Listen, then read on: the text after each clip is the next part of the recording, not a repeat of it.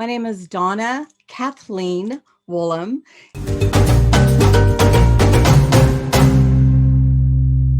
Hello, everybody, and welcome back to the Herstory TV, the Herstory podcast, and now the Herstory magazine. I am graced with the presence of yet another amazing lady coming to us all the way from the United States this time. Welcome, welcome, welcome. Please tell everybody your full name, where you're based, how old you are, and share your story with us today. Thank you so much, Gertrude, for the privilege and honor of being able to be with you today. My name is Donna Kathleen Woolam, and I am 60 years old and based in Waco, Texas, in the United States. And the story that I want to tell you today is about a big dreamer who found himself with no dreams at all, who found themselves against a wall of darkness and fear and frustration. And I did not know how to live in that space. And that day came when I was with my husband at the hospital, and they told us he had cancer. And we had discovered that because his arm had broken, his right arm had broken while he was at work, and he was in excruciating pain, or else he would never have gone to the doctor. That was my guy. And we began then on an 8+ year journey of cancer treatment, of ups and downs and highs and lows. And over that time, we discovered that there are some joys in life that if you don't pay attention, you'll miss them. And I learned how to dream again. And that's when my vision for being able to speak to women about how to reclaim their dreams and reignite hope in life and in a world where it seems like there's no life left and what to do about that. And it was just a lot of changes. We left our home of over 20 years to move into a tiny little apartment. And that was like a refuge after sleeping in hospital rooms and hotel rooms. You begin to understand that life is precious and small things matter, and to be able to take joy in just being able to walk along the journey with someone that you love deeply. Wow. 2020 was a very unusual year for all of us all over the world. I mean, for you to have gone through all of this at this particular moment in time and come out with such positivity, with such grace, and now you're working and helping to empower other women. If you were to have a conversation with the younger you, Mm. the day you found out your husband's diagnosis and the journey that you walked in the 8 years to his passing, what three nuggets of wisdom would you share with somebody who has just received bad news today? Okay, I love that question. Thank you for that question. First of all, I would say to myself, if I was sitting in that room with me trying to figure all of life out, is stop trying to search online for all the answers to what is, who knows what will happen. Statistics are statistics, and we hear the worst of the worst. So stop, because I'm an information gatherer. And so I went to Google to try to figure out what next, what next, what next. And that created a lot of fear in me, honestly, Gertrude, because there was the what next that they gave me was not a great what next. And I think that I just would tell myself, don't do that. Get basic information and then continue to live. Number two, I would tell my other self, my 8 year ago self, don't make decisions from fear. Because when you make decisions from fear, you do foolish things. I tell women all the time, fear is a horrible tyrant and will cause you to do some of the most ridiculous things that you would never do otherwise. So do all that you can to not operate in fear. And I would tell myself to buy up every opportunity of the season that you're in and love more, serve more, and give yourself a lot of grace for the things that you don't do right. Wow. Wow. Now, dealing with grief, Mhm. this is still very, very fresh. I Yeah. actually lost my mom in Oh, April last year. oh my goodness. My mother died during the pandemic in Zimbabwe. Mm. Wasn't able to go back home to bury her. It's been a very, very Oh difficult 12 months. Yeah, we've just celebrated the anniversary of her death. my goodness. How are you coping? They Mm. say that grief is a place where you have to stay as long as you need to be there. What coping tips can you give to people who are going through grief right now? I read some wonderful books about grief, and I read some horrible books Mm, about grief. And what I learned, and I'm really thankful for my sister, who I'm very close with. And I was explaining some different things, and she said, because you'll hear a lot that grief is like waves that overtake you. And she said, mhm, I think it's more like a river. And as I really began to meditate on that, I thought about that it's like a river at flood season. It will overflow the banks and take over everything, and then it will recede. And you will see that there is some destruction, but there is some life. And if mhm, you can learn to get on that river and navigate it and understand that you're going to have horrible days and you're going to have wonderful days, and there's going to be days when people give you the space that you need, and there's going to be days when people don't. And so you have to do that for yourself. You have to learn to, I'm a woman of faith, I'm a woman of prayer. I believe that crawling into the the arms of God is the safest place for a brokenhearted person. And so I would just say again, it's that give yourself the grace to grieve and to mourn, and don't try to do it the way someone else has done it, because we are uniquely and beautifully made, and our hearts are shattered into pieces, and we're trying to gather up the pieces and live again, Gertrude. And so to have the grace to say it's okay, if today is a bad day, it's just a bad day, yeah. and then know that there are wonderful days. For instance, today has been a wonderful day. And I Mm, feel full of joy and full of sunshine and full of gladness. But it wasn't 2 weeks ago when I could barely get myself off the couch. mm, So I just give myself that space. And I think that a grieving person needs to love themselves deeply and tenderly. And grief comes in all kinds of things, and life altering loss is all kinds of things. mhm. And to know that when we're out in the world seeing people, everyone is carrying a broken piece, and to be That's gentle true. with others as well.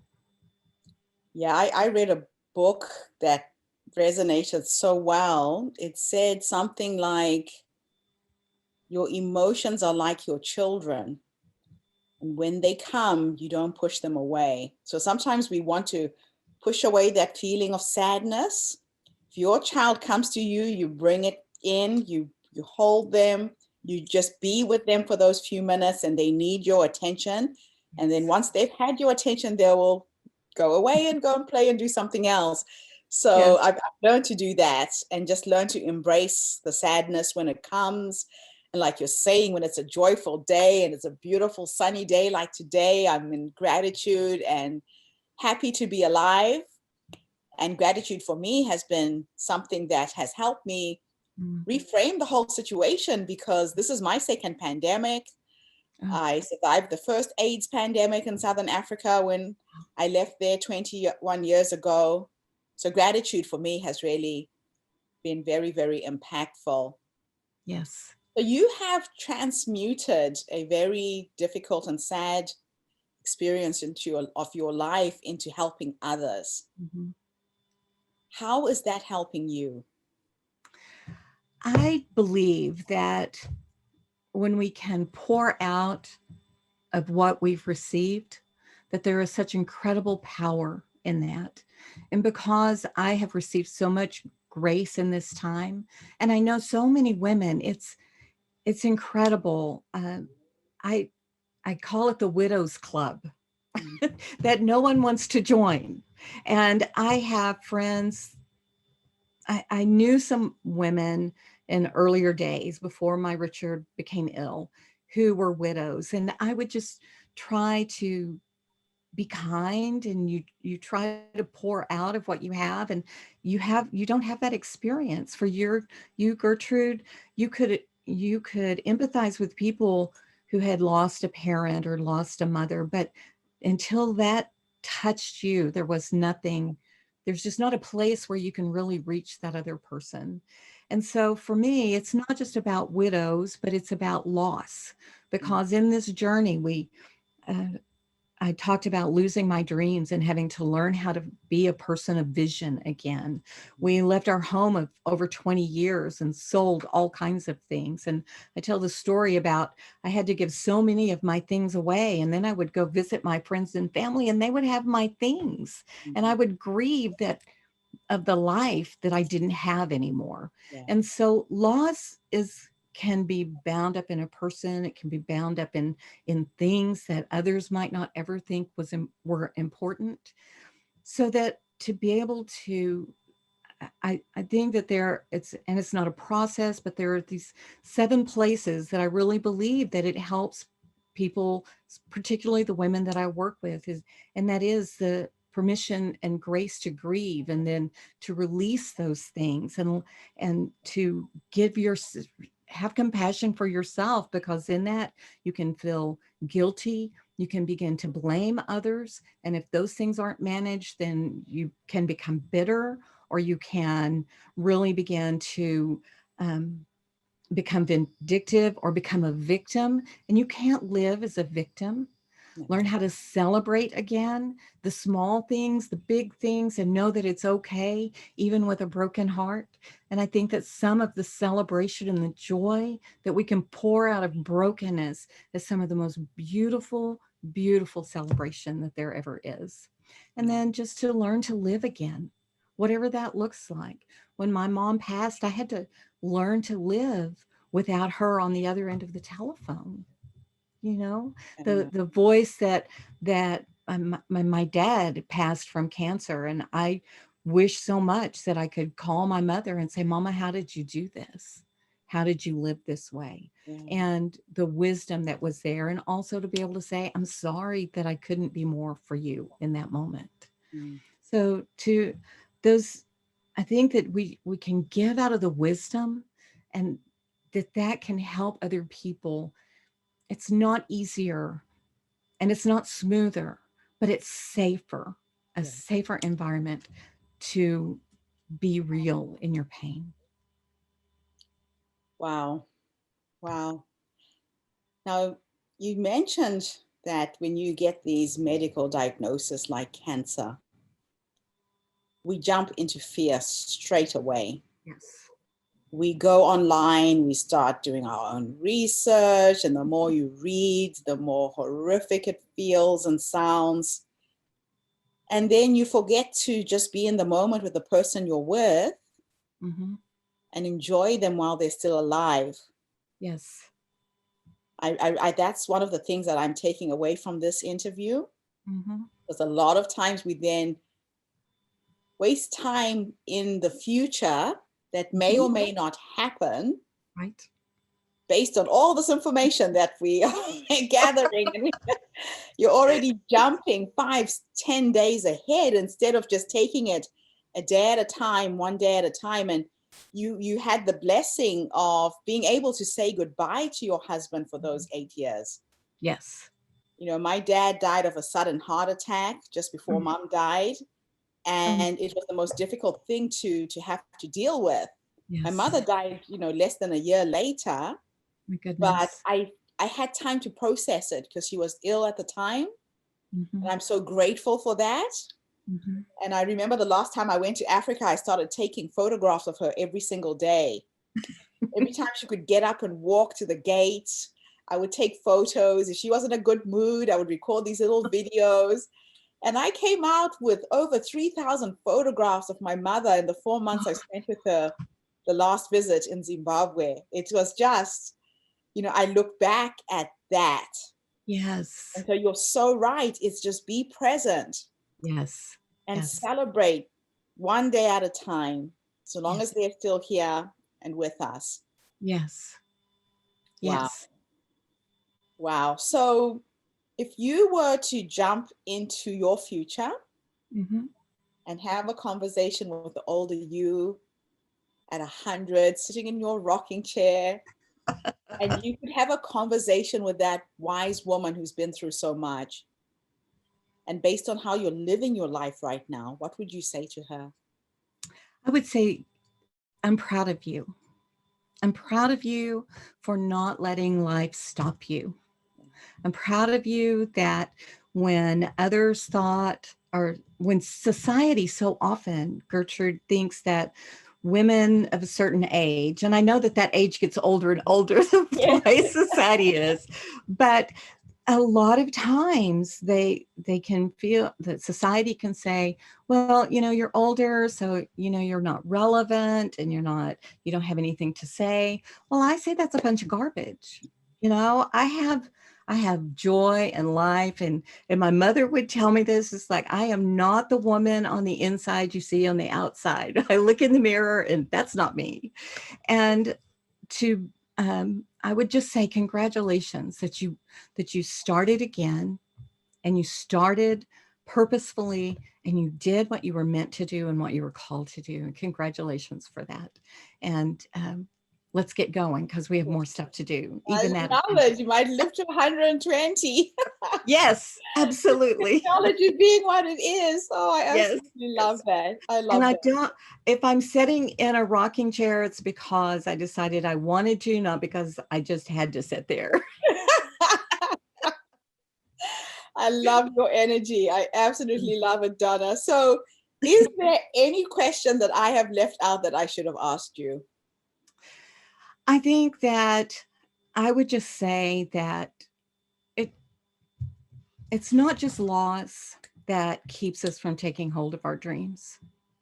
There are all kinds of reasons why any of us would step back and not be the person that we are, not be the fullness of the woman that we are. And I would say to any person, but particularly because the audience is women, to any woman out there, to make sure that you let your song be heard, and that you let your story be heard, and you do the work that you are made to do, because we need you.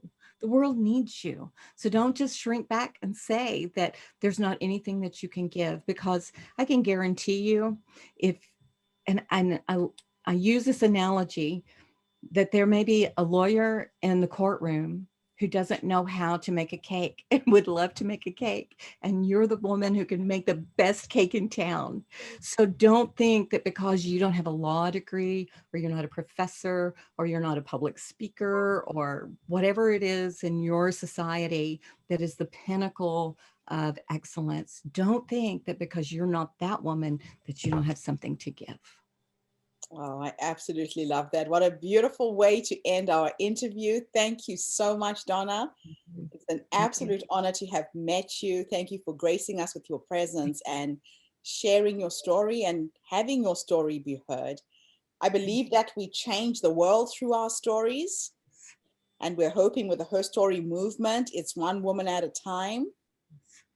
Somebody's going to listen to this interview today, tomorrow, a year from now, Mm. and you are the light at the end of her tunnel.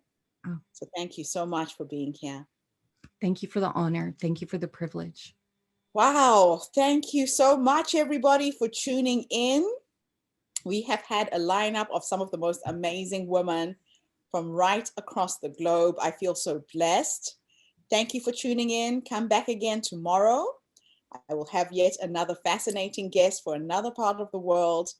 Have a fantastic day wherever you are in the world. Bye for now, and thank you, Donna. Thank you.